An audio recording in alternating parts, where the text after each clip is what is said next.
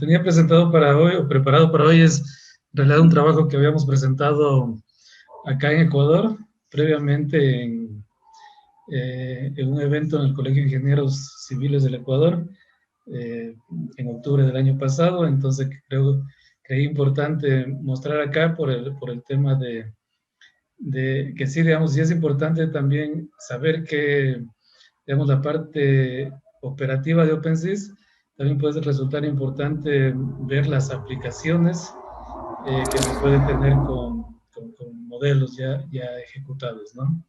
Entonces, bueno, tenemos una introducción, un objetivo, materiales y resultado. Entonces, un poco para entender lo que es el efecto de sitio, siempre hay el caso clásico, digamos, nos remitimos a México por su característica con una gran capa de suelos blandos. Entonces, en el evento del 19 de septiembre de 1985, de magnitud 8.1, se pudo evaluar varios efectos que tuvo el evento sísmico sobre suelos, especialmente en la parte de Ciudad de México, ¿no? Entonces, esta imagen es una imagen característica de cuando se habla del tema de efectos de sitio, en el cual pudieron, digamos, tomaron señales sísmicas a diferentes distancias del epicentro, ¿no? El epicentro fue cerca de las costas de Guerrero, ¿no es cierto? Y en la estación Campos pudieron registrar una aceleración máxima de 150 centímetros sobre segundo cuadrado.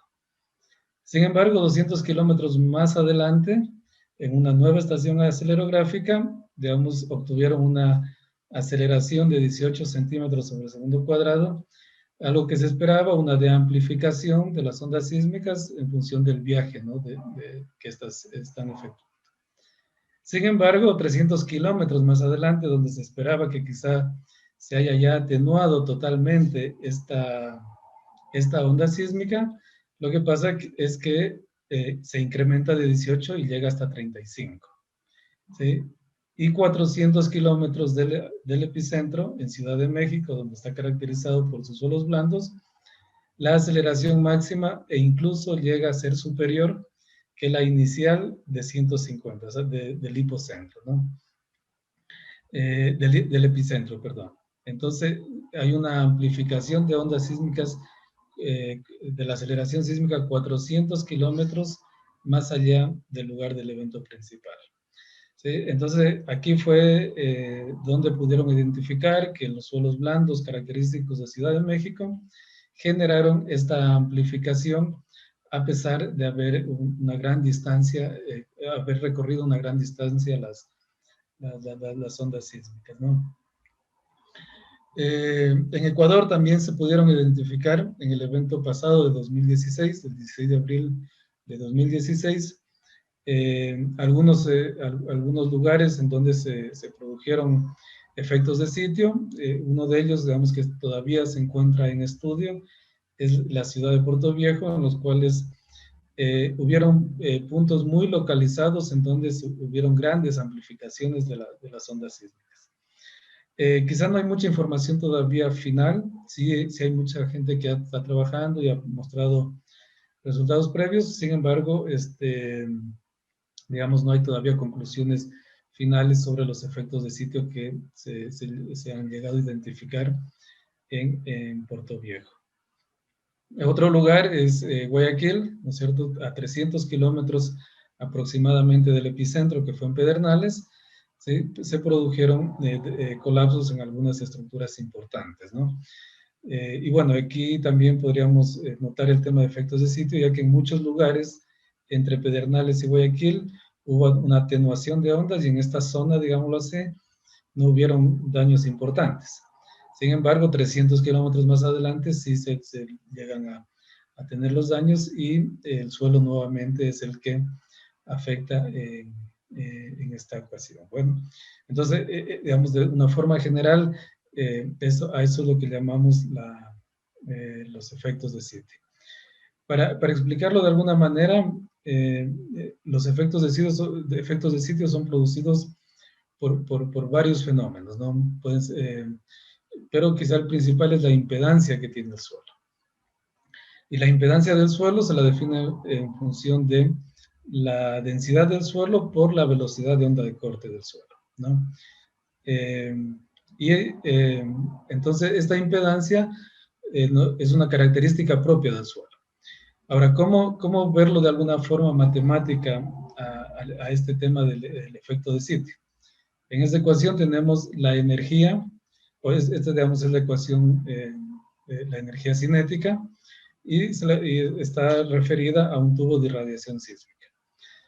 Entonces, ¿qué es lo que decimos? Que la energía que es ingresada al sistema es igual a un medio de la impedancia por la velocidad de movimiento sísmico.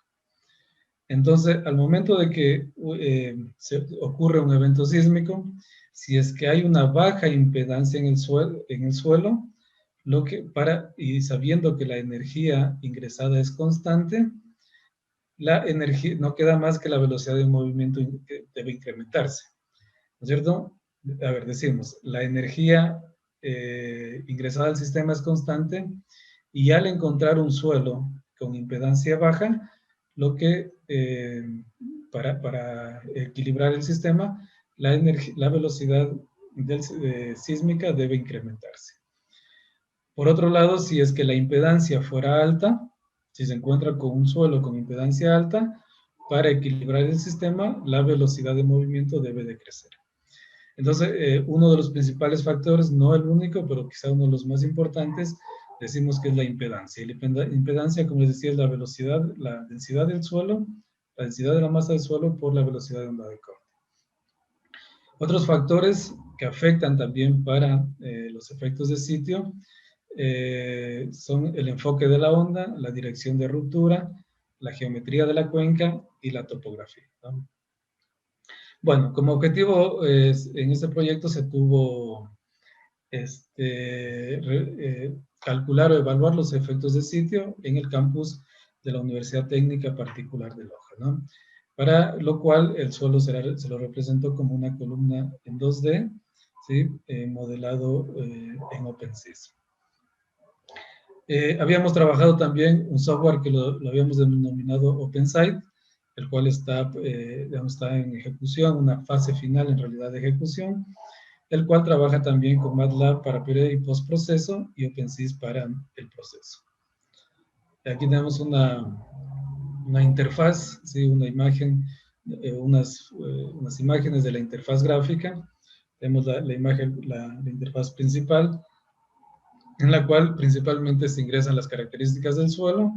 Luego tenemos la parte de resultados, tenemos la respuesta en el tiempo de cada uno de los grados de libertad. O también podemos tener los espectros de respuesta tanto en roca como en superficie.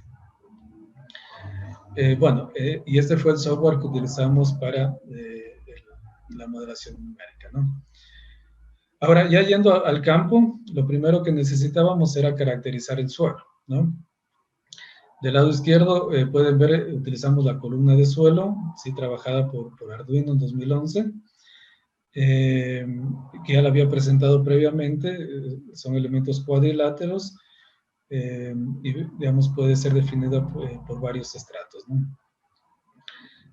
Para representar geométricamente y geotécnicamente esta columna de suelo, lo que se hizo fue un ensayo de sísmica de refracción, la cual nos permite encontrar las características principales del suelo, además de la profundidad de cada uno de los estratos.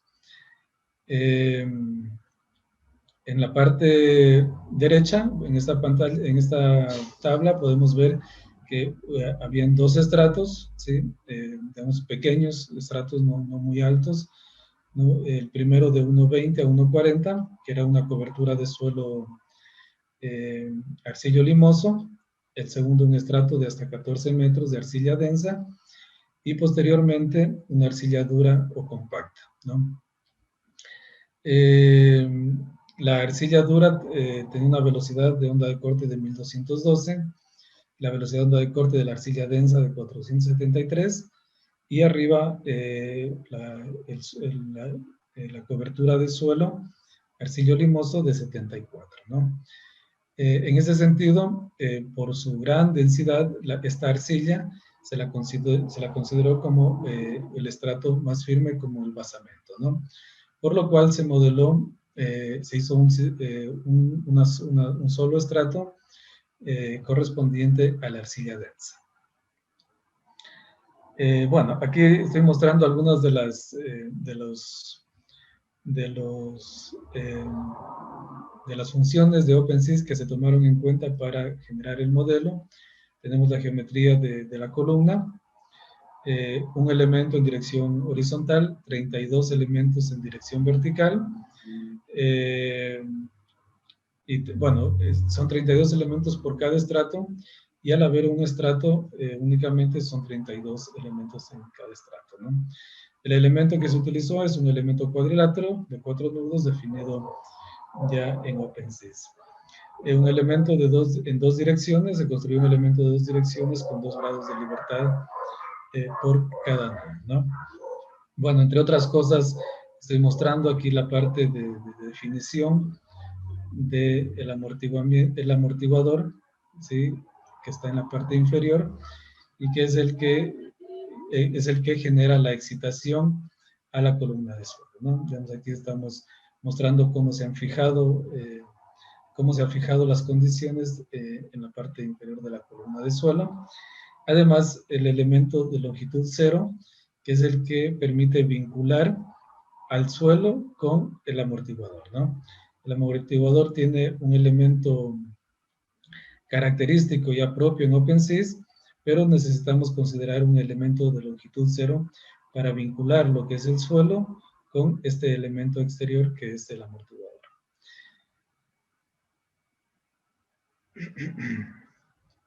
En este caso, como fue arcilla, lo que hicimos fue utilizar el material Pressure Independent Multi-Yield, ¿sí? De OpenSys, que en general, bueno, está definido, entre otras cosas, por la densidad de la masa, por el módulo de corte, por el módulo de Bull, por la deformación de corte pico, por el ángulo de fricción. Aquí en pantalla pueden ver algunos de esos valores que habíamos ingresado al modelo para este caso, ¿no? Además, necesitábamos introducir la excitación sísmica.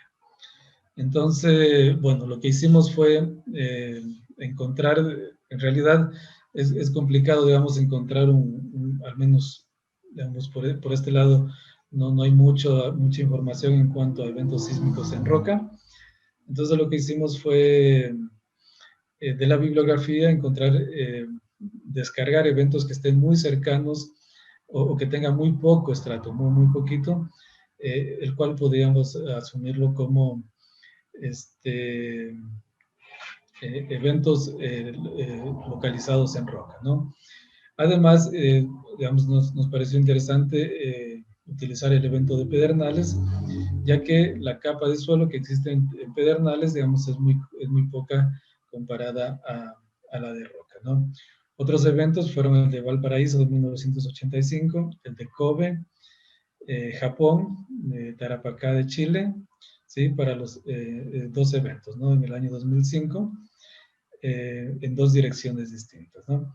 Aquí tenemos algunas de las características de los eventos, las fechas, su ubicación y la magnitud de cada uno de los eventos. El registro de aceleraciones también para cada uno de los eventos son los que he mostrado aquí. Y con esto, bueno, y finalmente lo que se hace es definir un análisis dinámico.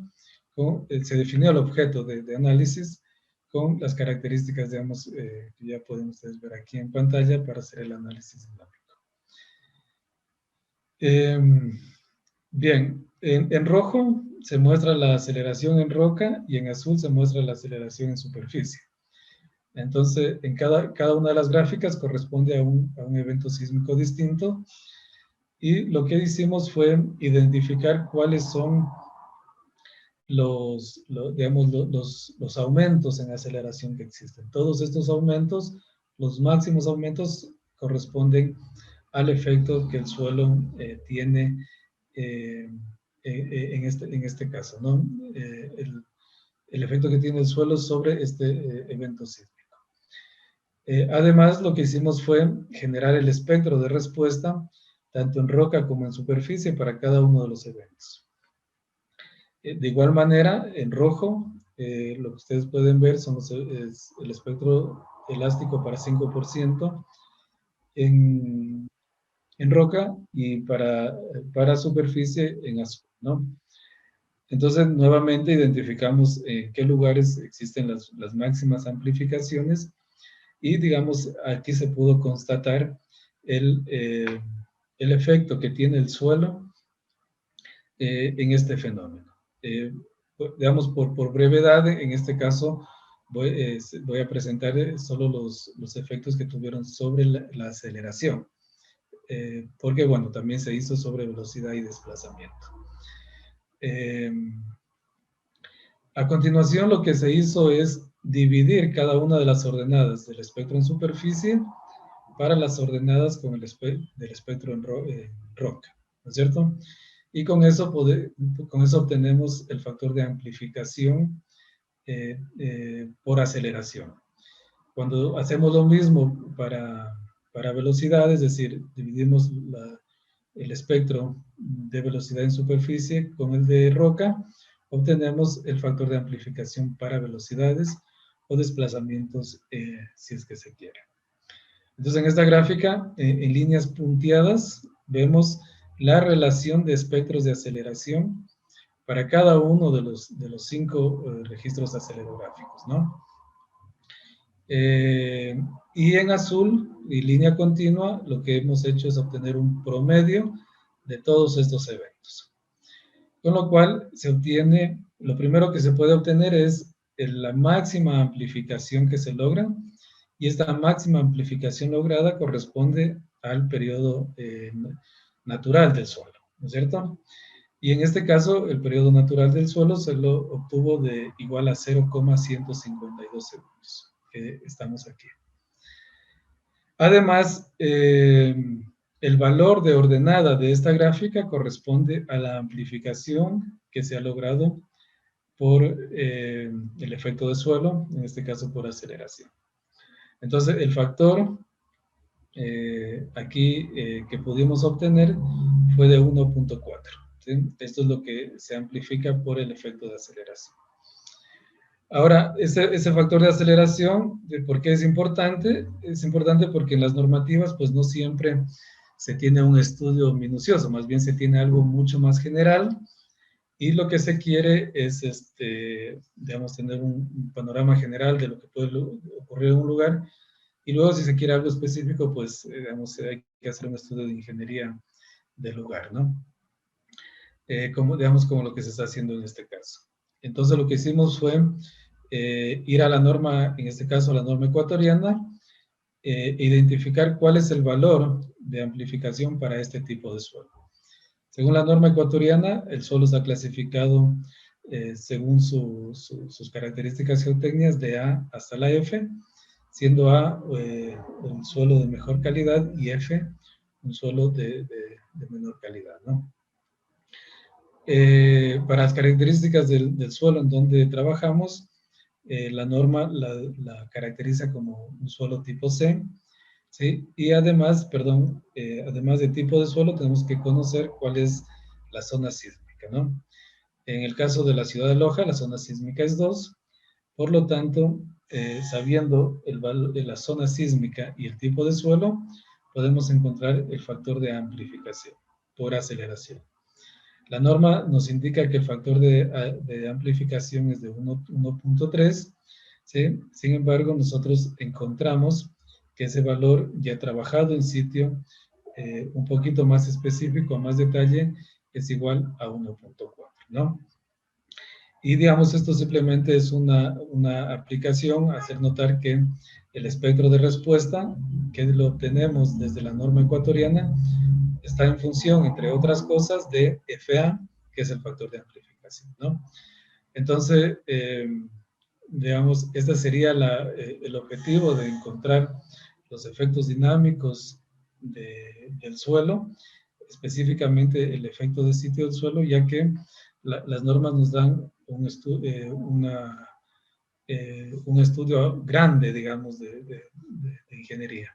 Y haciéndolo a detalle podemos encontrar diferencias como las que hemos encontrado en este caso, que no es 1.3 sino 1.4, ¿no? ¿Y eso en qué se traduce? En que el espectro de respuesta obviamente tendría que ser amplificado aún más en ese lugar, ¿sí? Si se va a construir en el campus de la UTPL, el FA debería ser aumentado. Bueno, luego a manera de ejemplo, simplemente para ver otras potencialidades que se puede obtener desde OpenSys, hicimos la curva esfuerzo de formación, esfuerzo de corte versus deformación, ¿sí? Para cada uno de los eventos sísmicos. Bueno, digamos, y eso es lo que de forma general habíamos mostrado en aquel congreso.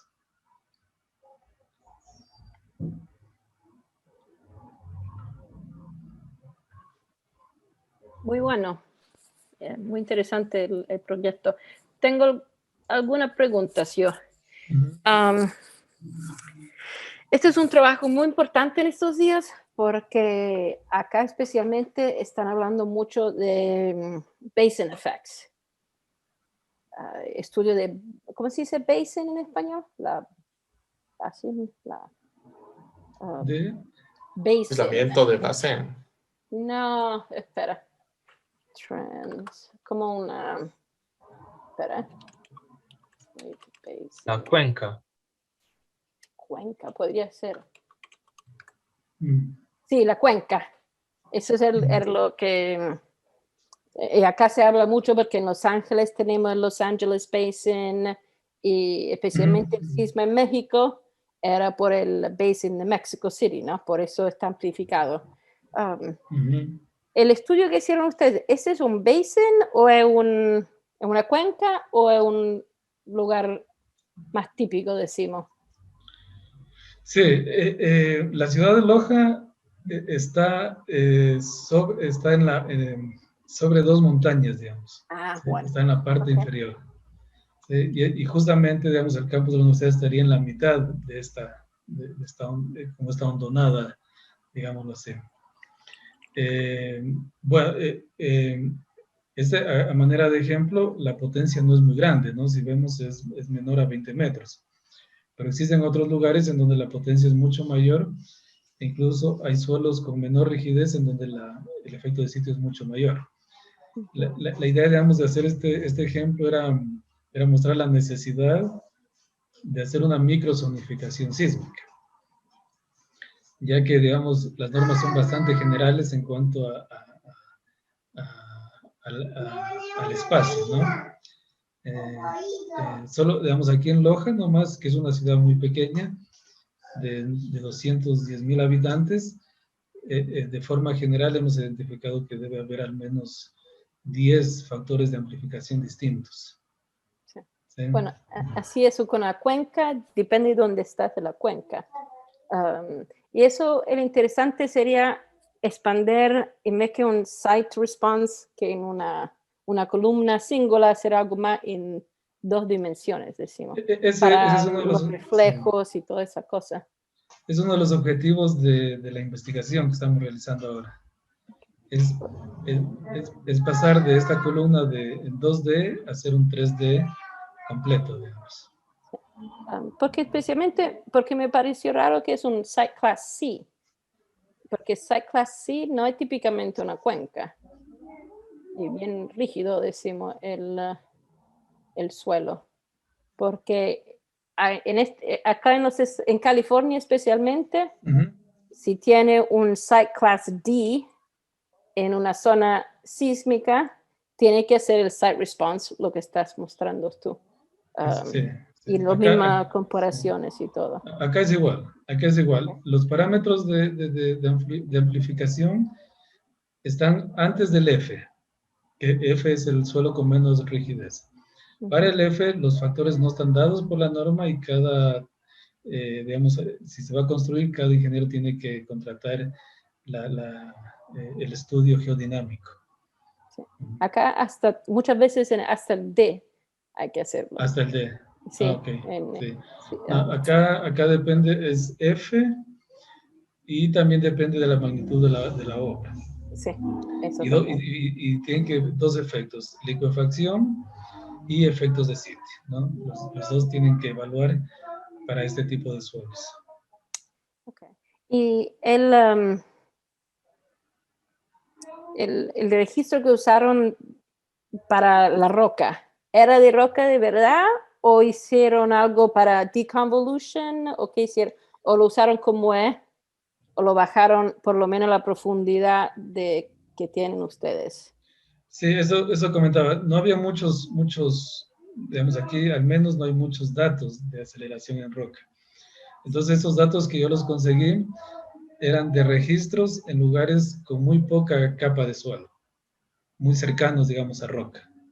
Okay. Entonces, eso se los tomó. No se les hizo un tratamiento a las señales. Okay. Así que, ¿cómo era? Pero siempre de superficie. De superficie. Sí, sí, sí. Tomados en superficie, pero digamos, como le digo, zonas muy cercanas a roca. Okay. Sí, sí, digamos, este es como le comento, un primer estudio y estamos analizando la opción de hacerlo en 3D para digamos, tratar de hacerlo aquí mismo en OpenSys, ¿no? Sí. Algo he visto que hay, algo he visto, pero bueno, estamos viendo si lo podemos lograr. Sí, eso sería muy interesante para los Basin Effects. Y también hay, con el programa de NGA Subduction, estamos procesando y estoy trabajando para hacer un portal como NGA West 2 para los registros, así que vas a tener mucho más registros para todo tenemos mucho de Sudamérica y todo.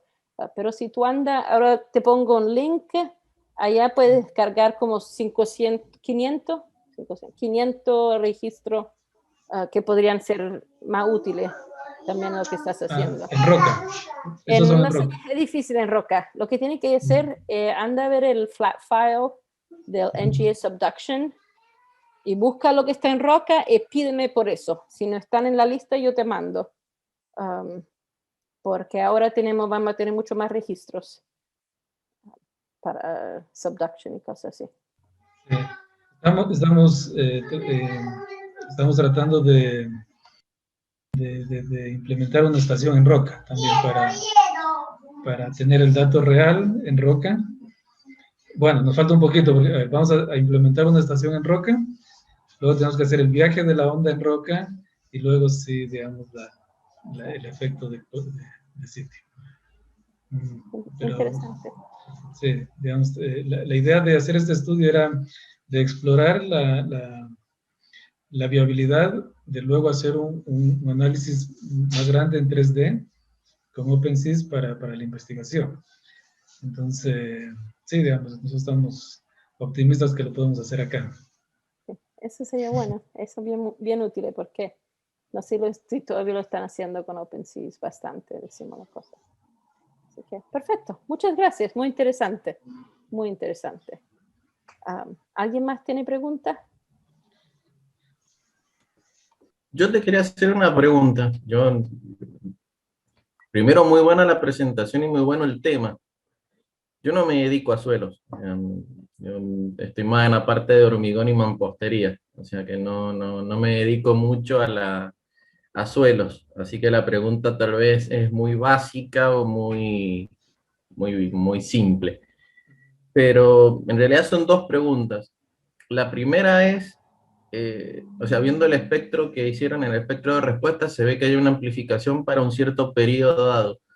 Pero si han hecho un espectro, o sea, hicieron los espectros de Fourier, porque las columnas de suelo, o sea, si uno tiene un registro en roca y lo quiere medir en superficie, toda esa columna de suelo, esos estratos, realmente son un filtro de frecuencias que pueden amplificar algunas y atenuar otras, y hasta correr el periodo de respuesta o sea, el periodo característico o la frecuencia característica del registro. Y quería saber si habían hecho los espectros de Fourier para ver si, así como amplificaba algunos periodos, atenuaba otros. Y la segunda pregunta, si así te la revuelvo y haces toda una respuesta completa, es respecto al modelo, si es un modelo, las condiciones de borde laterales, una columna de suelo libre a los laterales, o sea, no tiene incidencia con lo que puede haber a los costados, ¿no es cierto? No. Sí, sí, es un... Sí, sí. Sí, sí, continúa nomás.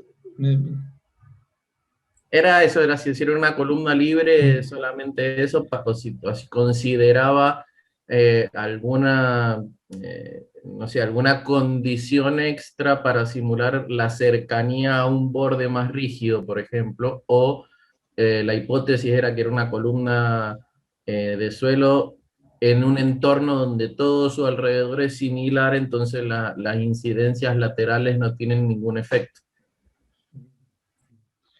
Sí, sí, sí. A ver, en cuanto a la primera pregunta, el análisis lo hizo en función del espectro de, de respuesta, no en Fourier, sino únicamente utilizando, bueno, Neumark, sistema de un grado de libertad con varios periodos, ¿no? Entonces encontramos las amplificaciones en cada periodo.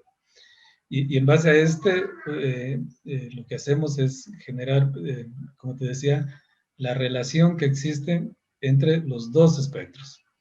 Esa relación me indica primero, el periodo, ¿sí? El periodo natural, que es el de mayor amplificación, y luego cuál es esa amplificación que se ha logrado. En Fourier no lo hicimos porque, digamos, trabajamos generalmente con esta metodología de espectro de respuesta en periodo. Bueno, sin embargo, sí se podría hacer la misma investigación, pero no estoy tan seguro que cambie mucho. No estoy tan seguro, porque incluso, digamos, este valor de periodo corresponde a formulaciones ya establecidas en función de la altura y la velocidad de onda de corte, digamos, están en ese plano. Son similares. En cuanto a lo otro, sí, digamos, eso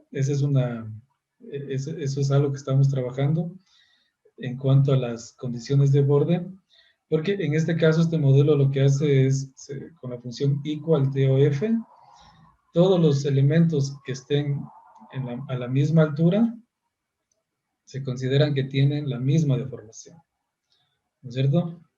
Por lo tanto, digamos, es un modelo de corte plano, ¿sí? Digamos, lo mismo como el equivalente al que se pone un resorte tras otro y se hace la deformación lateral. Igual, digamos, que para estructuras. Entonces, como les digo, al utilizar estos nodos que son iguales, los nodos de la misma altura tienen la misma deformación, se está considerando una deformación plana. Entonces, sí, digamos, entiendo la pregunta y eso es parte de lo que queremos trabajar ahora, es cómo ampliar esto, y generalmente lo que se hace es ampliar mucho esto de acá, y acá poner las condiciones de borde, ¿no? Que eso es algo de esto, digamos, queremos trabajar, se ponen ciertas condiciones de borde muy lejanas, ¿sí? Pero considerar todo el efecto dinámico en esta zona, ¿sí? Eso es lo que vamos a trabajar. En este caso no, en este caso, como te digo, es una deformación plana y se considera, claro, tenga 1, 10 o 20 metros a lo ancho, pues es lo mismo, se considera que tiene las mismas características.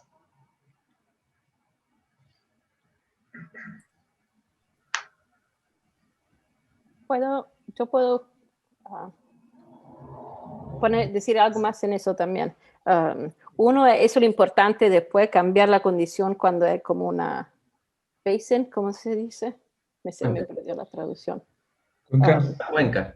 La cuenca, sí. Y también hay que hacer la cosa en response spectrum, porque están viendo la respuesta de la estructura. Esos response spectrum no son los estudios de la respuesta del suelo, pero si ponen una estructura arriba del suelo. Por eso hay que trabajar en response spectrum, porque especialmente en un periodo tan corto como 0,15, el response spectrum tiene el coupling entre distinto grado de libertad por el damping. Si hace Fourier transform, eso no te cambia. Así que uno hace el Fourier Transform para estudiar la respuesta del suelo, pero ustedes están interesados a la respuesta de la estructura arriba de distintos suelos para el design.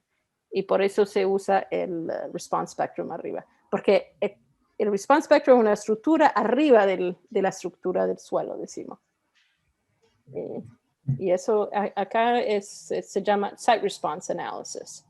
Y eso porque, por ejemplo, respecto a lo que estás diciendo, a mí me queda como una dudita. O sea, digamos, yo cuando vi, digamos, unas materias de la línea de estructuras, veíamos espectro de respuesta, y como lo trabajamos era que teníamos la aceleración a la superficie del terreno y sacábamos el espectro de respuesta, pero de la estructura.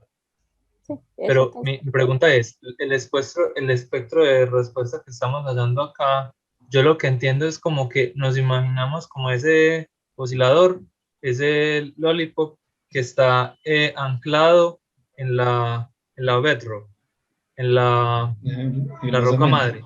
Y el espectro de respuesta que estamos hallando es en superficie. No sé si el espectro de respuesta que tomó Edwin ya es el de la estructura completa, o lo que estamos hablando es respuesta pero a nivel de la superficie nada más. Lo que entiendo yo... No sé si me hago entender, no sé si me... Sí.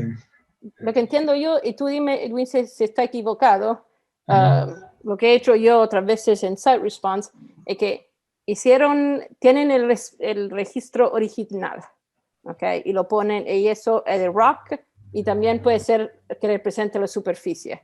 Después ponen el registro a la base, hace el análisis y toma la aceleración a la parte alta. Y después usa la aceleración de superficie, una arriba del suelo y una arriba de la piedra, decimos, de la roca, y allá le pone arriba una estructura, y en eso es el response spectrum, es la estructura arriba de la superficie con dos registros, uno original y uno, decimos, filtrado por el suelo, ¿no? ¿Es así, Edwin? Exactamente, ¿o no? exactamente, sí. Exactamente. No sé si tal vez la confusión de Camilo surge alrededor de que Silvia comentaba que hay la estructura, pero se refería a la estructura del suelo. No se refería a una estructura sobre el suelo. Sobre No. Tenemos roca madre, se tiene la respuesta en superficie y se compara el espectro en superficie con el espectro en roca. Esa relación nos indica la amplificación y el periodo en el cual se amplifican, que corresponde al periodo natural del suelo. Eso es decir, como si yo simplemente ya tengo mi aceleración a nivel de superficie, ya con esa puedo trabajar para hacer el espectro de respuesta de lo que está sobre la superficie, y ya puedo trabajar, no tengo problema. Pero si no tengo la aceleración en superficie, sino abajo, entonces tengo que hacerlo de convolución, subir pues ese registro a nivel de superficie, y ya ahí sí lo paso a la estructura. Exactamente. Aunque en la práctica suele ser al revés. Se tiene el de arriba, el de superficie, y no el de roca, y lo que se hace es invertir para llegar a roca. Ahí debemos ver algunos métodos. Ajá, sí. Mi pregunta iba orientada no solamente a lo que pasaba en roca y en superficie, sino a todo lo que pasaba en el medio, cómo se iban perdiendo o amplificando frecuencias en los distintos estratos debido a la capa de suelo. Entonces uno con eso sabe que ciertos suelos van a filtrar algunas frecuencias y van a dejar pasar otras, y eso da una idea de hacerlo en forma muy simple. Si uno hace transmitir una onda seno con una cierta frecuencia, que eso va a llegar muy atenuado, o al contrario, que va a llegar muy amplificado, dependiendo del periodo de la frecuencia que tenga esa onda, por el efecto suelo, básicamente. O sea, ver qué efecto amortiguador, qué filtro hace el suelo ese. Entonces relacionar, no sé si se puede hacer la característica del suelo, un limo arcilloso o lo que fuese, diciendo estos filtros en tal profundidad filtran tales frecuencias, o son más, no sé cómo llamarlo, factibles a que ciertas frecuencias se amplifiquen en este tipo de suelo. Entonces, tener cuidado cuando después se hace un estudio de suelo, decir, ah, usted tiene tal suelo, tenga cuidado que esto se va a amplificar porque estos suelos tienen este efecto de filtro. Pero, no sé, es una idea loca que como no me dedico a suelos, no... Pero así se hace aquí, en este país. Tú empiezas con el Design Spectrum en roca y después le pones amplificación FA y FV. Hay dos factores de aplicación que eso depende del material, decimos, porque lo que tienen ellos es Site Class C, que es bien rígida, decimos, así que el periodo estaba 0,1. Pero si está en un suelo más suave, esa amplificación sería mucho más a la derecha de los periodos. Y eso es lo que pasó en México City. En la Ciudad de México, eso era un base mucho más hondo, mucho más suave, y eso amplificó, por eso amplificó un periodo, decimos como 2-3 segundos, y eso es lo interesante porque solamente los edificios que es de esa altura, justo que responden a ese periodo, así que más alto no le pasó nada, más bajo no le pasó nada, pero justo los tercero piso es lo que pasó. Es muy interesante lo que están haciendo por eso, porque nosotros no lo pensamos como estructuristas, pero tenemos que, la cosa, yo dije estructura porque tenemos que pensar nosotros estructuristas que el suelo es una estructura, nosotros estamos poniendo estructuras arriba de otra estructura, pero es raro que no lo pensamos eso. Sí. Y ahora que pensamos a eso, yo digo. Sí, y a ver, y tal vez ahí para completar, en realidad yo trabajé en sistemas de protección sísmica, en amortiguador de masa sintonizada, mi maestría. ¿Por qué estoy ahora en esta parte? Porque me interesa justamente el fenómeno completo. Porque yo creo que hay que saber todo el fenómeno. A veces nos quedamos solo con lo de arriba y conocemos poquísimo de lo de abajo, digamos. Entonces, bueno, me aventuré y estoy desde la señal, el suelo, y luego queremos hacer arriba algo de estructura no lineal, considerando la masa variable, no la masa constante. Entonces, sí, digamos, estoy totalmente de acuerdo que empotramos y de ahí para abajo como que no conocemos nada. Eso por un lado. Por otro, bueno, corté la presentación, pero en la presentación original yo mostraba cómo en el caso de Pedernales, donde se amplificaba el espectro, coincidía con los daños estructurales. Dame un minutito, les presento. Creo que puede resultar interesante. Yo digo sí, bye. Yo les hago, mientras busca a mis alumnos en dinámica estructural, cuando hablamos de los efectos de sitio, les hacemos hacer una experiencia en una mesa, colocar un pedazo de madera arriba de la mesa y un pedazo de goma espuma, no sé cómo se llaman, y arriba de eso la misma estructura, una cartuchera, lo que sea, y mover la mesa. Entonces ver cómo la goma espuma empieza a moverse para todos lados y amplificar la onda, simulando que la mesa es la roca y que uno está apoyándose arriba de algo que generalmente uno no le da importancia.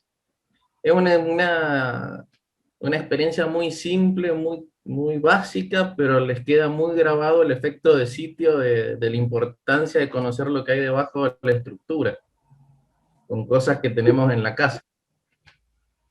Sí. A veces que no tenemos para hacer cosas más caras, pero... Bueno, crea la mesa vibratoria, ¿qué? Es mesa vibratoria a mano, porque movemos la mesa nosotros. Sí, muy buena idea. Mesa ondulatoria argentina. Funciona. Pero a veces esas cosas pequeñas, como el estudiante relaciona con las cosas cotidianas, se le queda más, digamos, que algo más técnico, más teórico. Bien dicho. Eso es lo que les quería mostrar. Por ejemplo, estas son las señales para la estación de Pedernales, que es muy cerquita a la costa ecuatoriana. Entonces, las máximas amplificaciones se dan aquí en alrededor de 0,1 segundos de periodo. Aproximadamente, son estructuras de 1 a 2 pisos, más o menos, con este periodo, ¿no? En línea roja es el espectro según la norma ecuatoriana. Acá tenemos para la componente norte, este y Z. Entonces, en Pedernales, acá tenemos la costa, se puede ver, por ejemplo, estructuras más altas.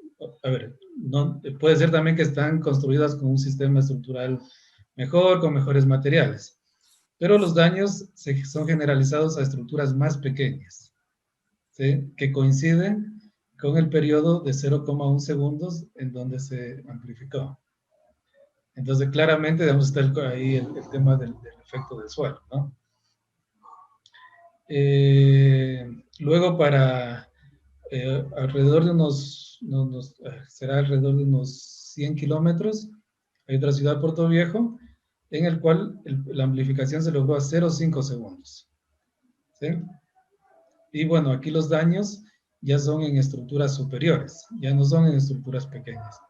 Ya estamos hablando de estructuras de 5 o 6 pisos, las que sufrieron mayores daños. Digamos, eso era lo que trataba de mostrar aquí en la gráfica, eran estructuras mucho más esbeltas las que se vieron mayormente afectadas. Y luego para otra ciudad, Manta, era alrededor de 0,2 a 0,3 el factor de amplificación, el periodo de amplificación, perdón. Entonces, bueno, aquí también estructuras de entre 3 pisos alrededor eran las que mayormente sufrían daños. Entonces, mucho tiene que ver, ¿no?, con el suelo, en donde se lograron las máximas amplificaciones, coincide, ¿no? Digamos, aquí podemos ver, especialmente en Pedernales, cómo las amplificaciones y los daños mayoritariamente fueron en estructuras pequeñas, que era, digamos, era lo que comentaba Silvia sobre este tema de dónde se amplifica la aceleración. Bien, bien bueno eso. Sí, bien interesante que al fin es solo la parte más importante. Y no sabemos nada del suelo abajo también. No, porque yo tuve la oportunidad de estar en el lugar una semana después del evento. Y yo constataba, yo estaba en una edificación desplomada y junto a esa una edificación de hormigón, vigas descolgadas, aporticada, intacta, digamos. Vamos a ver lo que decía, o sea, el sistema estructural funciona y funciona bien. Lo que hace falta simplemente es aplicación de normas. Digamos, esa fue mi experiencia. La aplicación de las normas es lo único que hace falta, el conocimiento se lo tiene. Esa fue mi conclusión recuerdo en ese momento del evento. Y luego, porque todo se conocía, por ejemplo, yo recuerdo haber estudiado en libros y fotos en libros de efecto de columna corta. Digamos, las fotos que estaban en los libros era exactamente igual a lo que pasaba en las edificaciones. Bueno, digamos, columna corta, falta de revestimiento, pisos, no necesariamente pisos blandos también que se generaban, digamos, todo se sabía, ¿no? Digamos, todo lo que se conoce. Eso pasa al final. Lo que hace falta es un poco de aplicación, me falta del conocimiento en el campo, no más. Y esto me sorprendió más, ¿no? O sea, el sistema porticado para un evento de 7.8, o sea, muy importante, funciona bien, cuando está, digamos, bien diseñado. Sí. Eso yo digo siempre también.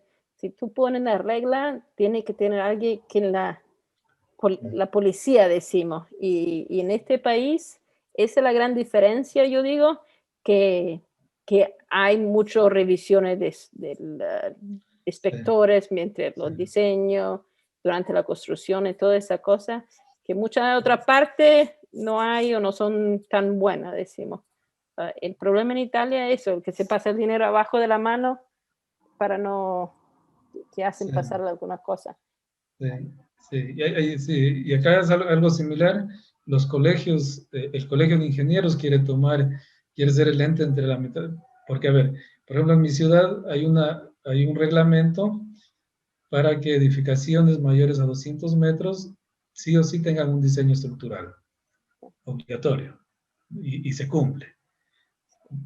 Llegan al municipio, tienen el diseño estructural aprobado pero sale del municipio a la construcción, ya nadie sabe qué pasa. Eso, sí. Entonces esa persona entre el dueño y la institución, digamos, los colegios pueden ser, digamos, en este caso, quieren tomar partida en este caso. Y por un lado, pero por otro lado también siempre a mí me queda, ¿no? Pero tenemos edificaciones de hace 50 años. ¿Y qué se hace con eso, digamos? Sí, es un gran problema en este país también. ¿Qué se hace con esas edificaciones? Siempre ha sido mi gran pregunta. Digamos, no hay mucho, digamos, no se habla mucho de, pasa esto, conocemos, pero lo que ya está. Se mejoran las normas, sí, pero lo que está atrás. Y lo que están haciendo acá en California, y hace pocos años, como 5 o 10 años, no más, que están apoyando ley de retrofit, que tiene que ir, si tiene un departamento, si tú quieres un permit para cualquier cosa, te dan el permit, pero también tiene que mejorar tu estructura. Si no lo toca, nada, pero si quiere hacer algo, tiene que mejorar la cosa sísmica, pero tiene que ser ley, y si tú pones la ley, tiene también darle las opciones o el dinero o algo así para ayudarlos, porque tú le puedes decir lo que quiere, pero si no hay dinero para hacer las cosas, no se puede hacer nada. Es una cuestión política al fin. Claro, pero si se evalúa, por ejemplo, cuando las personas que trabajan en riesgos, al final terminan evaluando los costos. Entonces, si se evalúa el costo de los daños versus un préstamo que puede hacer la entidad a las personas para que hagan este retrofit, seguramente es menos que los daños ocasionados. Sí. En Italia ahora están haciendo el sisma bonus. Si tú haces algo de trabajo para mejorar, te dan un descuento en los impuestos o algo así también. Así que están tratando de hacer cosas así. El problema es que los sismos no pasan, bueno, gracias a Dios, pero no pasan bastantes veces. Que los puestos es difícil, para la gente se olvida y la estructura sigue, decimos. Pero sí, en todo lado, en todo lado. Por ejemplo, Chile tiene un poquito menos de ese problema, un poquito menos, porque el periodo es más corto. Cada 25 años tiene un sisma. No, sí, mucho menos. Yo creo que uno grande. mayor a 7 no será menos de 10 años. Sí, verdad. Yo sé que cada 25 años tiene uno grande. Y la gente se acuerda de eso porque son bien largos los sismas allá. Así que no era, ¿qué pasó? Y mi esposo todavía me cuenta cuando él estaba allá en los 85. Y mi suegra me habla de los 64, el grande, que se acuerdan que fueron a mover el auto y esto y eso, porque son bien largos los sismas allá en tu parte. Así que, pero vamos mejorando, yo pienso. Es importante. Sí. Aquí en la costa nosotros hemos identificado un periodo de aproximadamente, para un evento mayor que 7, de 20 a 30 años. Poco. Sí. Bien poco.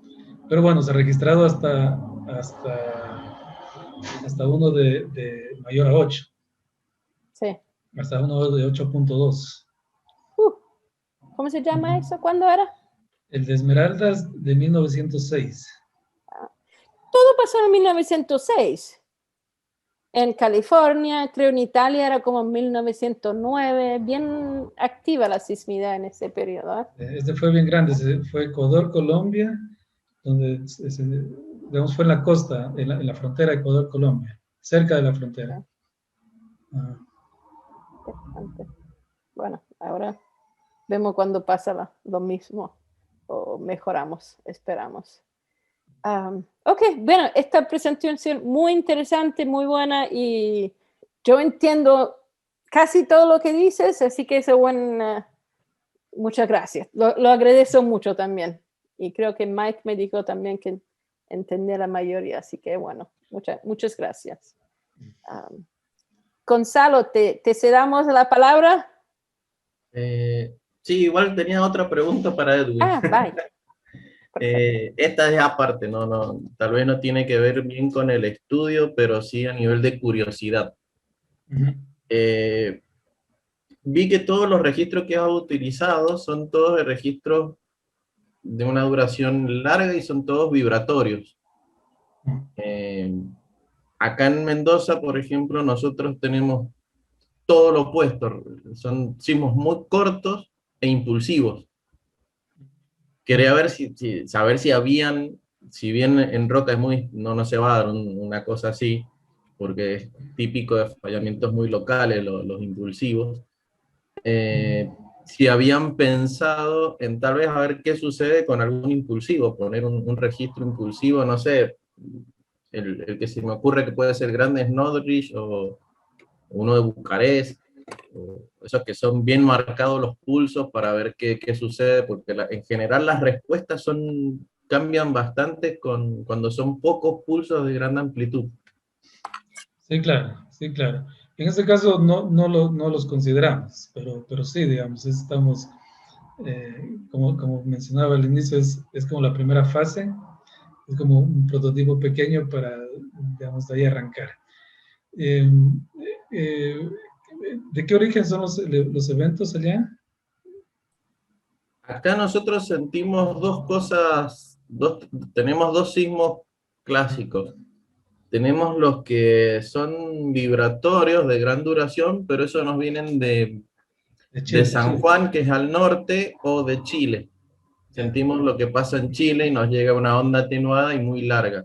Pero los que son propios de Mendoza se dan por fallamientos locales activos y intraplaca. son... ¿Cómo? Interplaca. Intraplaca son los de acá. Intraplaca. Okay. Intraplaca. Son muy superficiales, muy cortos y con unos pulsos muy marcados.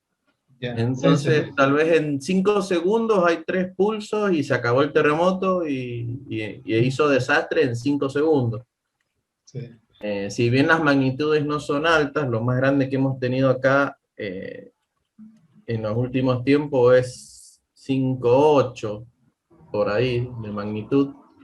En 1860 hubo uno muy grande que destruyó casi toda la ciudad y murió casi toda la población, pero era una construcción vieja, era todo adobe y no hay registro de ese terremoto, lamentablemente. Pero de los registros que tenemos, o de los terremotos que tenemos registros, mejor dicho, son impulsivos, son todos muy parecidos. Si uno lo superpone a todo, es como si hiciera una copia de uno a otro, porque son muy parecidos y todos impulsivos. Sí, sí, no, sí, totalmente válido, totalmente válido. El tema de hacerlo esto es porque como nosotros tenemos las costas, el efecto subductivo en las costas, generalmente ese es el principal problema, generalmente. Pero sí es importante porque el evento de México, fueron 2 eventos, el que mostré y hubo uno reciente, ¿no es cierto? La diferencia del reciente es que el evento fue intraplaca, no fue como el primero que fue subductivo. Entonces, generaron muchos más daños a ciertos periodos que el evento que yo había mostrado. ¿Y cuál era la conclusión de esa investigación que hacían? Era que México estaba totalmente preparado para otro evento subductivo en función de su experiencia, pero nunca pensaron en eventos corticales de alta magnitud. Y eso fue lo que sucedió ahora y tuvieron, digamos, no tuvieron grandes daños, pero sí pudieron constatar grandes cambios en sus espectros, digamos, en los espectros de respuesta, comparaban con los de la norma y todos los superaban. ¿Por qué? Porque la norma estaba en referencia a un tipo de evento, al subductivo específicamente, y no a los corticales. Entonces ellos decían, ¿no?, que se debe nuevamente revisar la norma considerando eventos corticales también en ese, digamos, para el cálculo.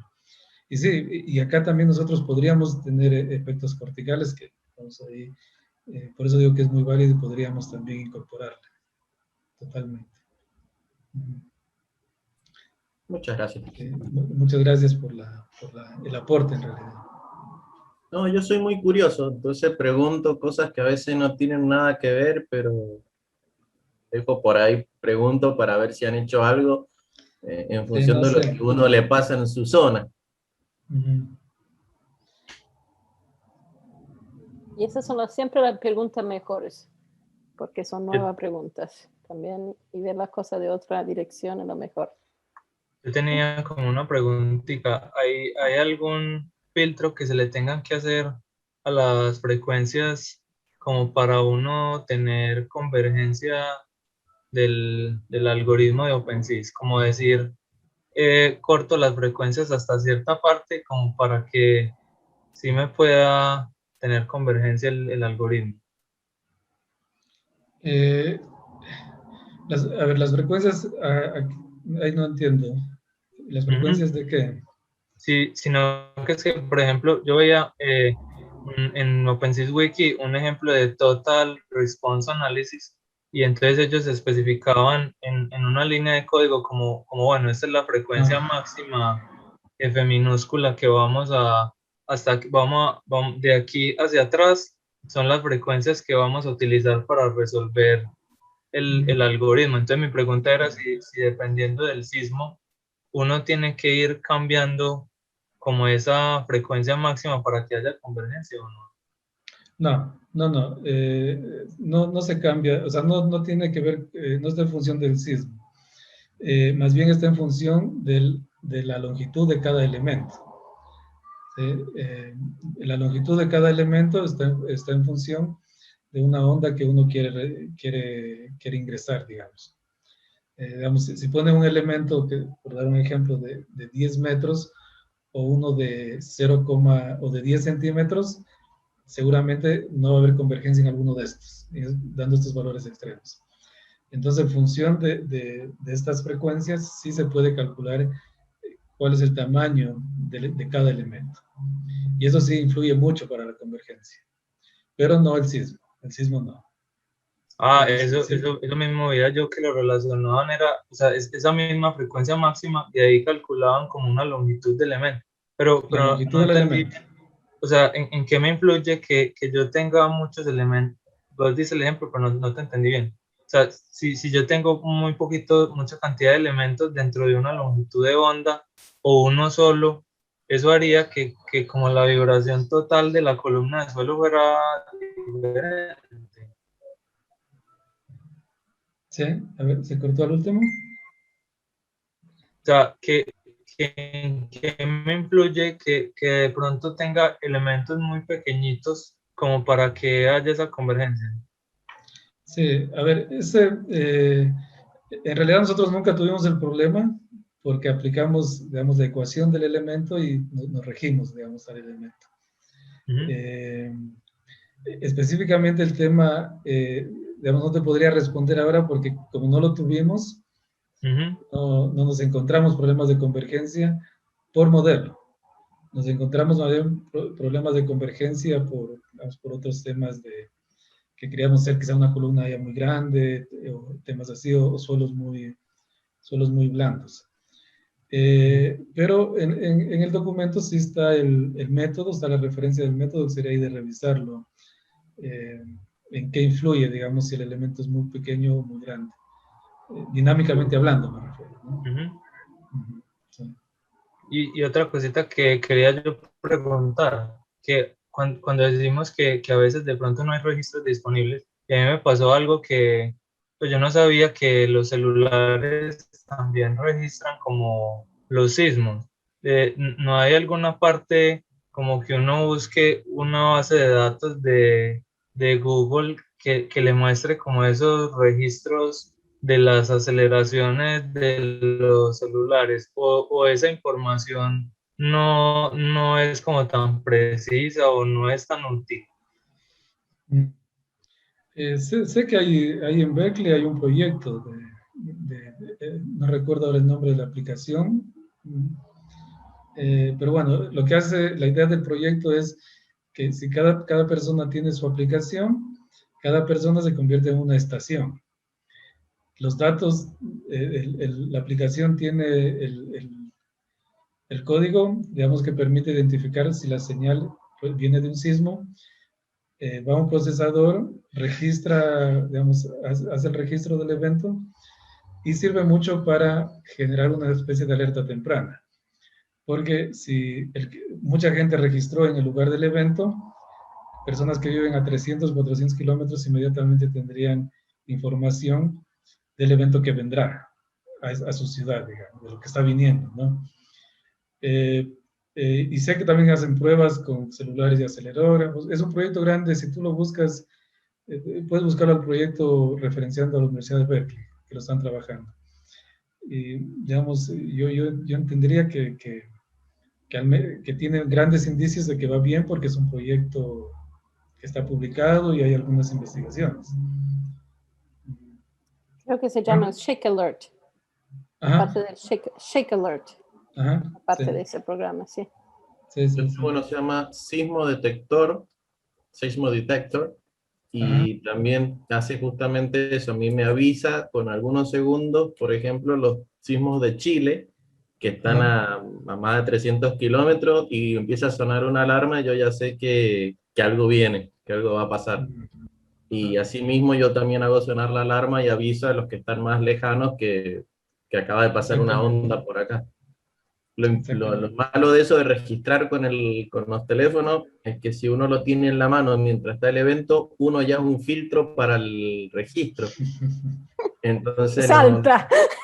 Claro, El susto uno empieza a salta. moverse y ya le está metiendo ruido al registro, entonces no es muy fiable el registro en sí. Precisos. Bueno, sí, pero fíjate que si hablan en la documentación, si hablan que tienen un algoritmo para diferenciar, digamos, puede identificar que el movimiento corresponde a un sismo y no a un movimiento de la persona, digamos. Sí, andan muy bien esos, pero yo lo uso para identificar cuando viene una onda que me avisa. Es más, todos los días tengo un reporte de los sismos. Yo le he puesto un radio de tantos kilómetros y tengo todos los días un reporte de eso, y es muy interesante ver cómo a cada 10 minutos hay un evento en algún lado y uno no lo siente, pero si yo les muestro la alerta del teléfono, hoy debo tener 200 mensajes de que hubo un sismo, magnitud 2, 2,1, 1,8, 2,5, muy pequeños, pero todo el día estaba así el teléfono, todos los días. Ese programa es bueno para la gente, ya una cosa, pero muchas veces para la infraestructura allá en Berkeley lo usan por el tren de BART, porque si le llega el señal y si todos tenemos en el teléfono tenemos esa aplicación, hace un mediano, decimos, así que si tú te caes no es la fin del mundo porque registra mucho más gente, decimos. Y lo usan en el BART de los trenes allá, que lo paran, 10 segundos, pasa, y después empieza de nuevo, o la cosa de gas. Pero también donde están ustedes con el subduction, eso te da mucho más tiempo, porque acá todos están cerca, los sismos, así que tenemos medio segundo. Pero para la gente no le hace mucho, pero funciona bien para la infraestructura.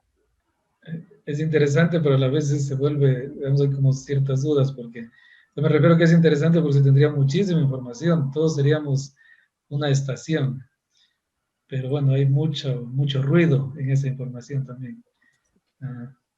Acá están tratando de hacer un programa de ponerlo en la maquinita del gas, así que cada casa tiene uno, y no es para medir solo la frecuencia, pero por lo menos la amplitud del sisma o la hora o el tiempo. Cosa bien fácil, que no tiene que ser tan perfecta, pero que te da una idea relativa, decimos.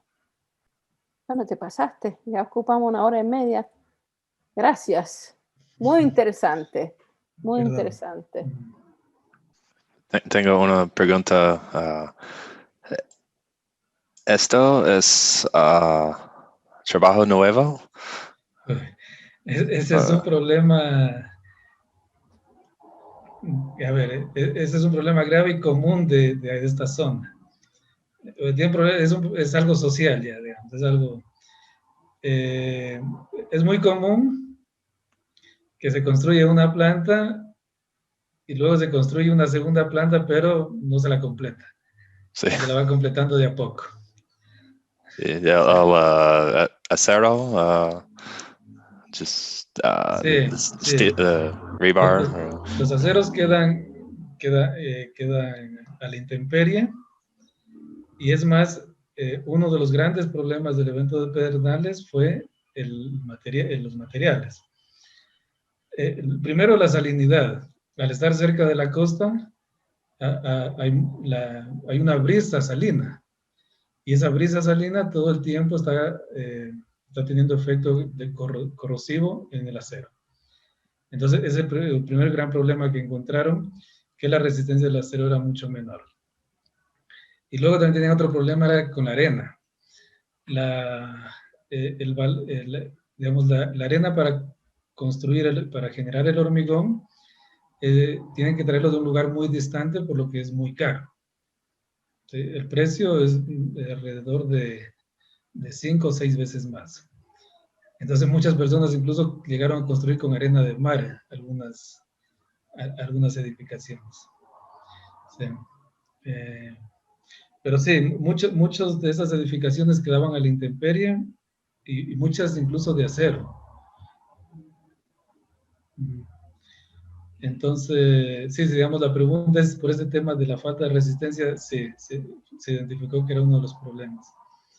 Y el otro tema de dejar las columnas ahí vistas es por un tema económico. Sí. Sí. Sí, Pero es gracias. común. Sí, pero es común Sí. eso. En Italia, yo creo, no estoy segura, porque en Italia, si tú alcanzas a construir hasta el techo, no te pueden destruir, no pueden botar la estructura, pero no puede hacer nada. Así que en Italia por lo menos tienen un techo, esa estructura empezada ni terminada, sin el permiso. Pero sí, son cosas bien comunes. Lástima, Sí, pero son comunes. sí. Sí, no sé, a ver, en Colombia puede ser que sea algo parecido. En Argentina, menos, me parece.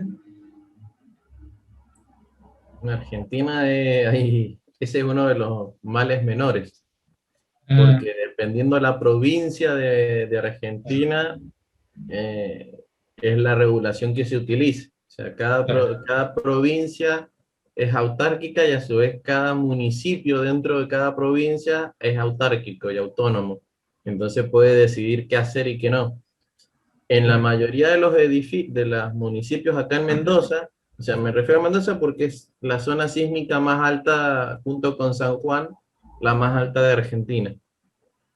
Entonces acá en Mendoza, por ejemplo, uno presenta el diseño estructural en la municipalidad lo aprueba, y después cada vez que se va avanzando en obra, por ejemplo, antes de llenar fundaciones, la municipalidad envía un inspector a ver si se ha cumplido lo que dice el plano.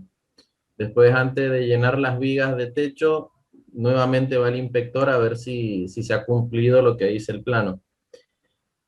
Aún así, cuando uno no pedía esa inspección y lo hacía clandestino, había una multa. Y aún así muchas personas querían pagar la multa antes que tener el control municipal.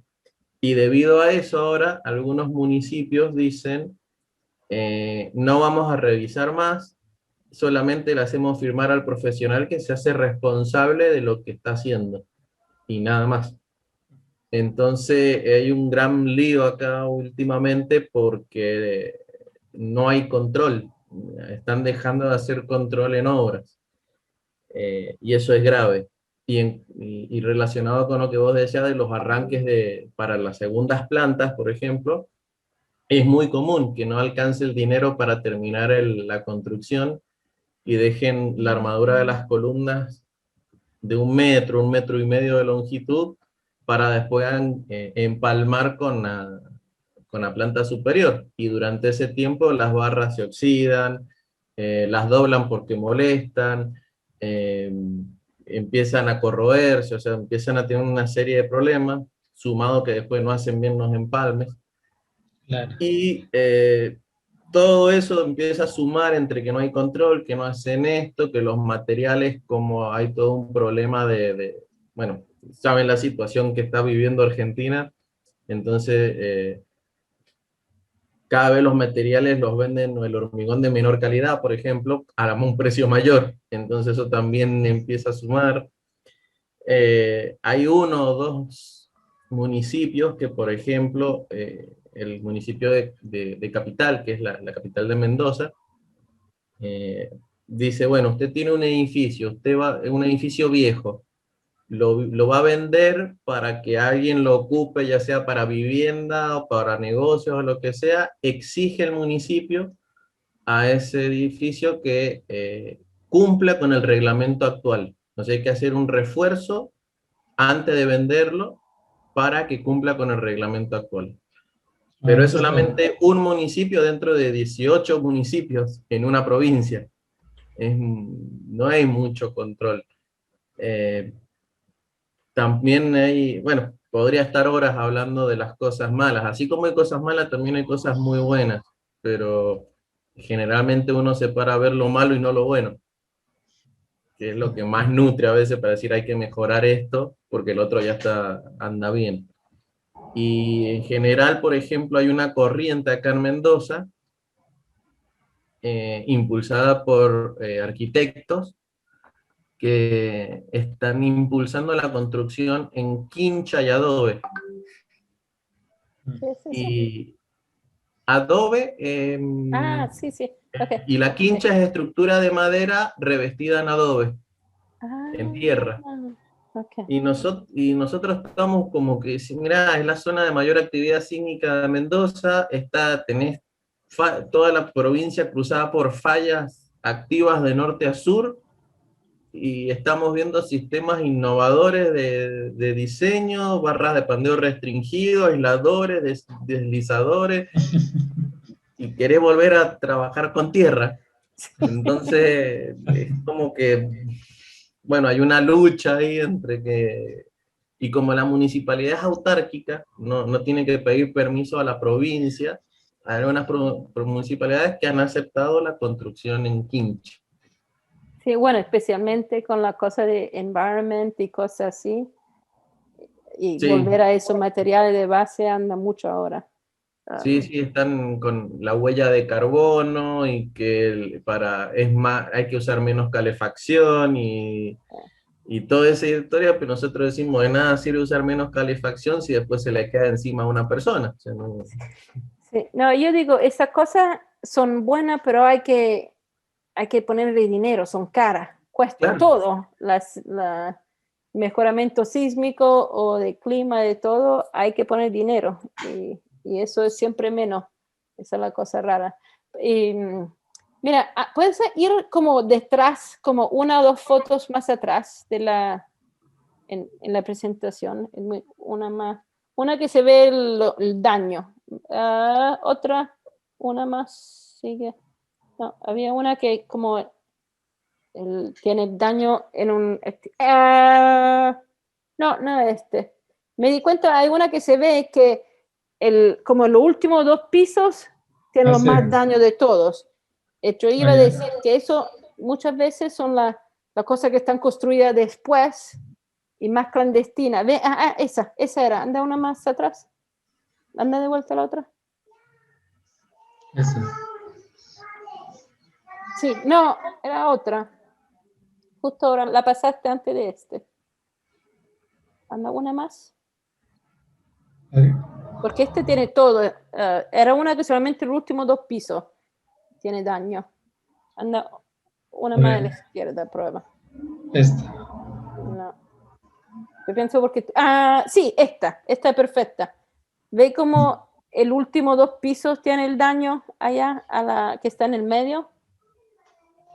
Y muchas veces estas son las cosas que pusieron arriba más clandestinamente, decimos. O se empieza el edificio con 3 pisos y después le ponen 2 más. Y no...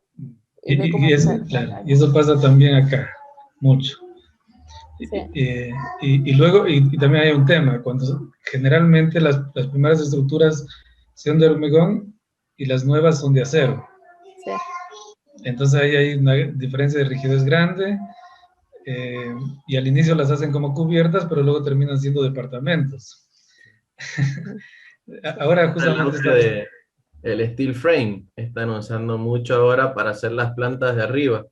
Exactamente. Y uno dice, bueno, no es tan pesado, y es verdad, el steel frame es una estructura liviana, pero significa que arriba va a haber una actividad que no estaba pensada, entonces hay una sobrecarga, una carga live que no estuvo pensada. Sí. O le ponen un techo pesado también. Es un También. problema en el Caribe, que tiene la estructura liviana y después por el huracán o lo que sea, le ponen un techo pesado y por eso tenía mucho daño allá. Claro. O la transición entre la columna de hormigón con la de acero, la unión no generalmente es buena. ¿Verdad? Bueno, te Entonces, iba a preguntar de ese edificio. ¿Eso lo que le pasó allá a la izquierda, alto a la derecha? ¿es ¿Es una discontinuidad ese? este de acá? Sí. Ajá. Este es un banco, Mutualista Pichincha se llama de acá. Entonces, bueno, una de las hipótesis es que se generó un piso blando acá, ¿sí? Y por eso se hubieron daños en esta edificación, en esta zona. ¿Pero por qué allá? ¿Por qué al tercer piso? Sí, esa era la una. Y la otra era que por los modos de vibración, por la altura, que en el tercer o cuarto piso se amplificaban más. Esas eran las dos hipótesis que se tenía de ese edificio. Tengo varias fotos de daños, algún momento podríamos revisarlas entre todos. Eso sería interesante porque estas son Sí, de aquella que se aprende la cosa y nosotros queremos, es bien fácil poner una estructura elástica en OpenSea o lo que sea, pero poder ver lo que pasa, lo que puede pasar en la estructura es importante. Y eso se aprende con estas fotos y cosas así. Sí, Podría sí, modelar en OpenSea, a ver qué pasó. Sí. Sí. Eso justo iba a decir. Lo que pasa es que el problema de estas edificaciones era que, por ejemplo, esa foto fue tomada una semana después del evento. Y las rejas que se ven acá eran las rejas ya puestas, hasta aquí se podía llegar, porque esa estructura estaba por desplomarse. Después hicieron el proceso de desplomarla. Entonces, digamos, ya mucho no hay cómo hacer, no serían los dueños que hayan tenido los planos, que les haya gustado, a ver, y pagarle a un profesional para decirle por qué se cayó, digamos, a no ser que tengan algún seguro o algo, no les va a interesar. Sí. Y también es difícil Pero, saber si construyeron lo que tienen que construir, ¿no? Ese es otro tema. A ver, digamos, uno modela con toda la tecnicidad posible la parte no lineal y le pone los materiales que uno cree que tuvieron que haber sido puestos. No necesariamente fueron esos. Es muy probable también. Sí, pero sí, tengo algunos. Puede resultar interesante revisarlos entre todos y puede ser muy enriquecedor. Hay algunos bien marcados, el tema de columna corta, muy clarito. Hay otros, también la falta de confinamiento, varillas lisas, por ejemplo, en columnas circulares. Pero hay otros que sí, digamos, podríamos entre todos analizarlas. Sí. En la falta de unión también, muchas estructuras donde las uniones se separan, directamente falla toda la unión. Hay varios casos también. Y ahora que recuerdo, ahora que está aquí Gonzalo, el tema de la mampostería es muy importante porque muchas muertes, porque ¿qué es lo que nosotros trabajamos? Fuimos un poquito ahí para explayarme. Fuimos una semana después y la idea era colaborar en el tema de evaluar de forma visual las estructuras y decirle, mire, ponerle un sello para saber si la edificación es segura para habitarla, necesitan ir a un albergue, qué es lo que tienen que hacer. Porque había muchos casos de edificaciones sanas, pero que las personas estaban en albergues. y habían edificaciones muy dañadas que las personas no querían irse porque iban a perder sus cosas. Entonces nosotros poníamos un sello y las personas sabían si tenían que quedarse, podían quedarse o necesitaban salir. Y en ese levantamiento de información, muchísima gente afectada o que había fallecido era por el desplome de las paredes. Más de lo que se cree, más, al menos de lo que yo pensaba hasta ese momento. El tema de las paredes, como se las hace acá, claro, de arcilla, ladrillos de arcilla, son armas. son un problema grande en los sismos. De ahí en adelante yo siempre, a veces discrepo incluso en mi universidad porque hay personas que trabajan en materiales con arcilla y para hacer las paredes de este ladrillo cuando ya deberíamos eliminar este tipo de paredes. Yo no, digamos, no sé cuál es el sentido en este momento de hacer una pared de ladrillo. Bueno, si está bien hecha, está buena. Sí. ¿Cómo explicaba Gonzalo? Explícanos, Ker. Hay como... Depende primero hay una cosa, o sea, depende si vas a usar la mampostería, o sea, una de las variables muy importantes es el costo. En Sudamérica, a diferencia de Estados Unidos o donde sea, la mampostería la mano de obra de la mampostería es muy barata, así como el material. A nosotros, acá por ejemplo en Sudamérica, hacer un edificio de acero como se hace en Estados Unidos es muy caro. Es caro por la mano de obra y por el material. Entonces, una de las variables que está molestando ahí es que es una mano de obra y un material barato. Lo segundo es que la mampostería encadenada en sí está, en la mayoría de los reglamentos, limitada a una cierta altura. Más de eso se vuelve como un elemento que no tiene capacidad portante para soportar las cargas tan grandes. Entonces, bueno, eso es limitar esa altura. Como tercera cosa es decir, bueno, la estructura, por ejemplo, hago una estructura de hormigón armado, un pórtico, y relleno los vanos con mampostería. Entonces pasas a tener un sistema que es pórtico relleno con mampostería. Y ahí vienen dos problemas. El primero es la interacción que existe entre el pórtico y el panel, que muchas veces no se tiene en cuenta. Y lo segundo es que, así como está el modelo que yo puse de bielas, eso significa que el panel se ha separado del pórtico. Y una vez que se separó el panel del pórtico, el periodo fundamental de ese panel ahora es fuera del plano. Y puede caerse fuera del plano, con lo cual hay que generar algún sistema de conexión con la estructura principal para evitar esa caída. Nosotros hicimos un trabajo una vez, porque hace unos años se redactó un nuevo reglamento sismorresistente acá en Argentina, y el reglamento decía, en las estructuras de pórticos de hormigón armado se deberá analizar el pórtico sin mampostería en todos sus vanos y con mampostería en todos sus vanos. Y nosotros nos quejamos con un colega y dijimos, no, está mal redactado, porque el reglamento debe decir, se debe analizar sin mampostería y con la influencia de la mampostería en el lugar más desfavorable. Ejemplo, en un edificio de 5 niveles, generalmente el panel de mampostería se va a dañar en planta baja y los pisos superiores no. Por lo tanto, en planta baja puede quedar la estructura sin el aporte de la mampostería y generar un piso débil.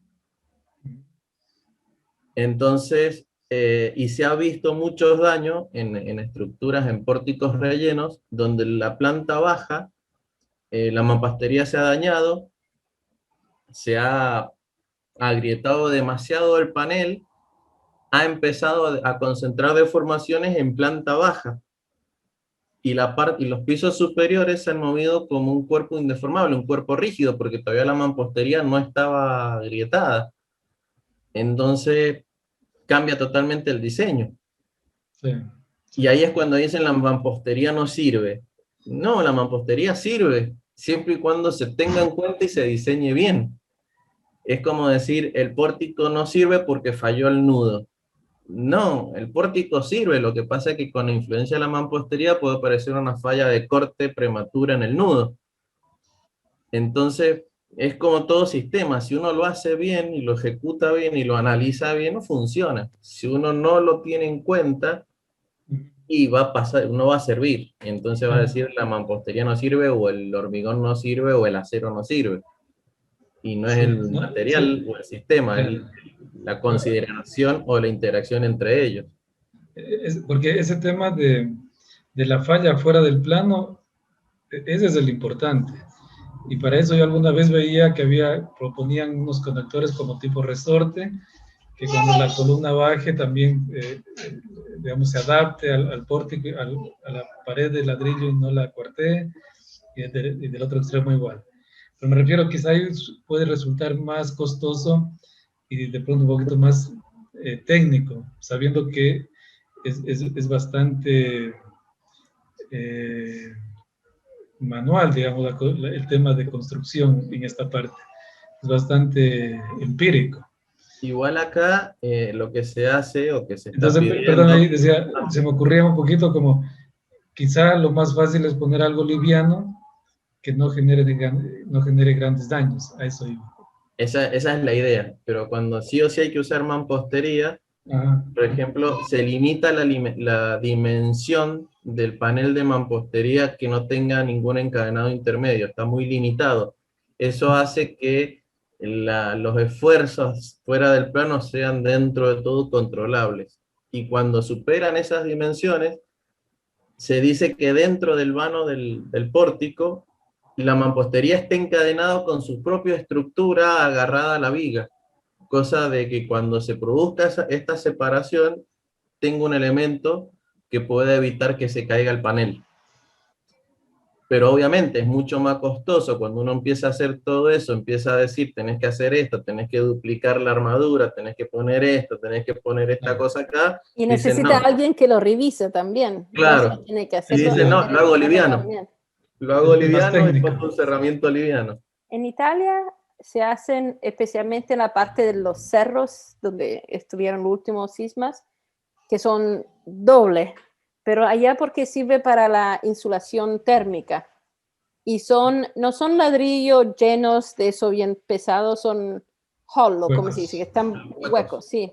Y así que son livianos, pero se rompe siempre. Y lo importante, como dice Gonzalo, incluirlo en la modelación todo, de que se empieza al fin. Y eso es difícil, saber qué es la parte más rígida, porque te empieza que es más rígida, así que todas las fuerzas van allá, y si no está bien conectado, te da ese problema lo junto, como mostraste el otro día. Acá hay un error muy grande conceptual, porque cuando uno habla de ladrillo hueco estructural, se refiere a un ladrillo hueco que tiene celdas verticales, es hueco vertical. Sin embargo, acá cuando se habla de ladrillo hueco, automáticamente utilizan uno que es con celdas horizontales, y no, ese ladrillo tiene un problema porque tiene las paredes muy finitas. Entonces, ante la deformación del pórtico, estalla. O sea, no es que se fisura, estalla porque es muy frágil y saltan pedazos de ladrillo. Pero sería Entonces, mejor, ¿no? no, salta hacia adentro y puede dañar a una persona, o sea, salta el pedazo de ladrillo. Okay. No, yo digo, si lo hace bien frágil, que se rompen como el vidrio, ¿no? Que ahora Claro. se hace el vidrio infrangible que se rompe, pero se rompe en pedacitos, no tan pedazos. Claro, este se rompe, estalla y queda el hueco y salta el pedazo y puede dañar personas, porque no es que se tritura el ladrillo en pedacitos, saltan pedazos grandes. Entonces está prohibido el uso, en el nuevo reglamento dice que queda terminantemente prohibido utilizar ladrillos de hueco horizontal en los cerramientos estructurales, para evitar justamente esta explosión de los ladrillos. Porque creo en Italia son horizontal o vertical, no sé. Tengo que revisar ahora. Creo que son... Yo siempre lo pienso horizontal, no lo pienso vertical, pero me acuerdo que he visto vertical. Sí, sí. Voy a revisar las cosas. Sí, pero lo que quería Un comentar comentario.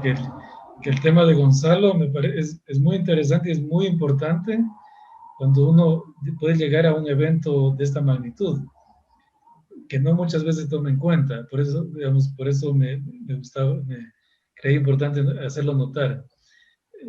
Uno a veces piensa, digamos, va directamente al hormigón, columnas, vigas, la plasticidad, y se olvida que las paredes son parte son parte de un gran problema en esos momentos también.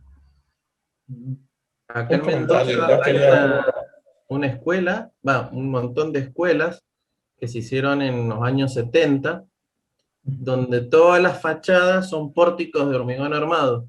Entonces, como era todo fachada, decía no se puede ver hacia adentro, revistieron todo hasta, el piso tiene 2,70 m, hasta 2,10 m, 2 metros, con mampostería y le pusieron revestimiento de piedra. Cuando vino el terremoto de 1985, todas las escuelas esas fallaron por columna corta, por la incidencia de la mampostería que no había sido tenido en cuenta. Entonces, todas las escuelas de Mendoza, porque son todas iguales, uno pasa por la fachada y ve la grieta en cruz en todas las columnas de la falla de corte. Eso, que uno quiere mejorar una cosa y hace peor al otro también. Así que, pero bueno, eso es, y no era un muro cerrado, hicieron un antepecho de mampostería, y eso alcanzó para generar la falla de corte. Eso pasó en Los Ángeles en un garage también. Muchos garajes que ponen una pared baja para que los autos no crucen, decimos, y así que eso hizo toda la columna corta en un garage y se falló allá. Así que eso no era mampostería, pero el mismo mecanismo. Interesante. un Se podría comentario. haber evitado modelándolo. Sí.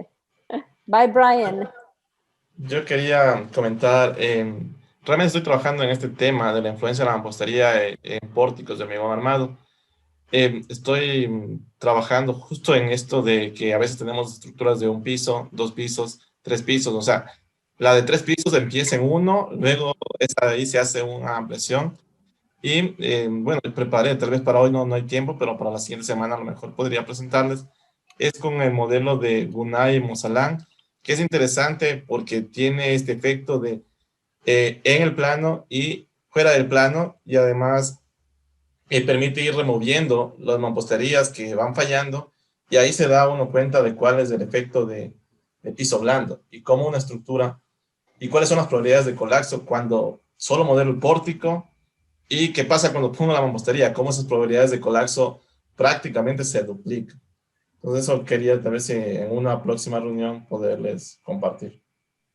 Sí, y no espera que si está empezando lo que sea, compártelo, porque puede ser que nosotros te ayudamos preguntando de demanda de izquierda y de derecha, preguntas de derecha a izquierda, y eso ayuda también a la limpieza. Así que sí, escríbelo en la lista ya, bueno, en una buena manera.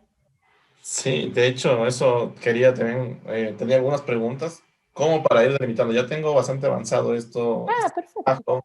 pero no lo he terminado el artículo, entonces yo creo que la retroalimentación suya va a ser bastante importante en eso. Pero si quieres, te puedo enviar mi tesis y todos los trabajos que hemos hecho sobre ese tema. O sea, para que tengas un punto de partida. Sí, de hecho sería muy bueno. Ya, como te digo, yo tengo ya hecho, ya se hizo los modelos, se corrieron 11 sismos, se hizo los análisis pushover, pero igual se puede todavía mejorar, porque como te digo, no los he entregado.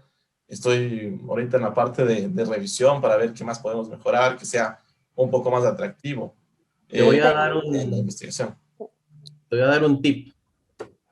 El análisis, el pushover anda muy bien para cuando uno quiere analizar algún problema global. Pero la mampostería, si querés ver bien el efecto que tiene, en algún momento tenés que hacer algún cíclico. Porque como degrada muy rápido, y eso no, y degrada por ciclos, no lo ves en el pushover. el pushover te va a dar la envolvente, pero no lo que pasó en los ciclos. Si hay 2 ciclos o 3 ciclos iguales, la resistencia puede caer hasta el 10% en esos ciclos. Entonces ahí se genera un problema muy grande de que no existe la mampostería. Entonces a veces hay que hacer algún cíclico porque te puede llevar una sorpresa. Entonces ya me pasó.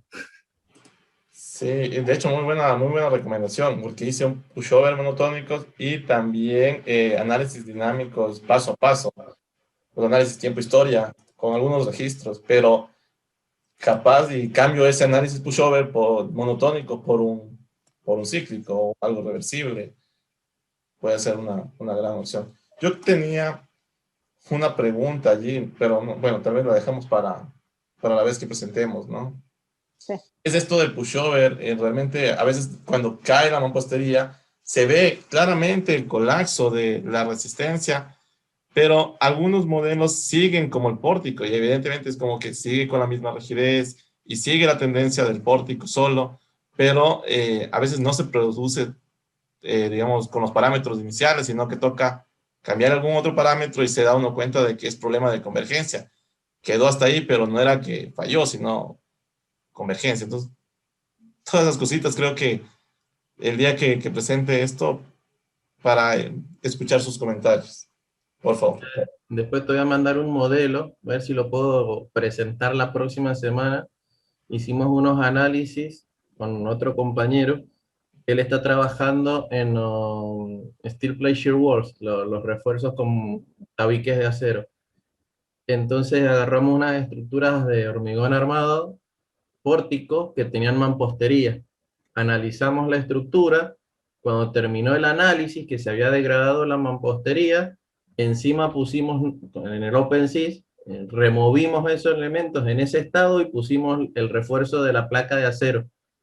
Y continuó el análisis con los nuevos elementos. Entonces ves la diferencia de cómo una estructura que ya tenía los elementos de hormigón degradados, cómo continúa y mejora la resistencia con la placa de acero. Es bastante interesante para ver justamente esto que mencionás, que cuando se rompe la mampostería, el hormigón ya está degradado, o sea, tuvo alguna interacción, una degradación de corte, de flexión, y se nota cuando sacás el panel que la resistencia no es la misma la del pórtico inicial. Así que si puedo, lo presento la semana que viene al trabajo ese. Sí, interesante, ¿no? Okay. Bueno, ya pasó las 2 horas. No alcanzamos al segundo tema, pero yo pienso que todos estamos bien interesados al tema del día. Así que muchas gracias, Edwin, que empezaste una discusión que empezó del suelo y llegó hasta a todo. Sí, perfecto. Gracias a todos. Somos pocos, pero buenos, así que está bien. Así es. Ustedes, muchas gracias. Gracias a Gracias, muy bueno el trabajo. Sí, muchas muy gracias. bueno. Muchas gracias. Muy bueno. Saludos al jefe. Le hago llegar los saludos. Ok, muchas gracias. A la próxima. Ok, Hasta el sábado. hasta el sábado. Estén bien. Chao. Chao, chao.